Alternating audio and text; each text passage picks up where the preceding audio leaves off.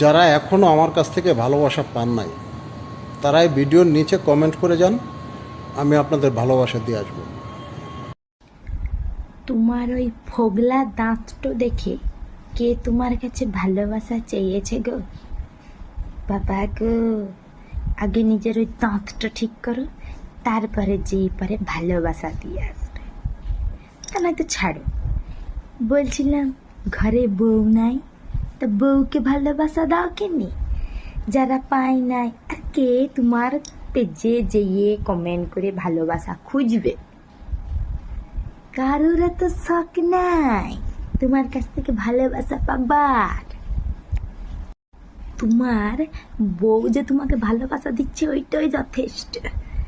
কার ভালোবাসা দরকার কমেন্ট করো।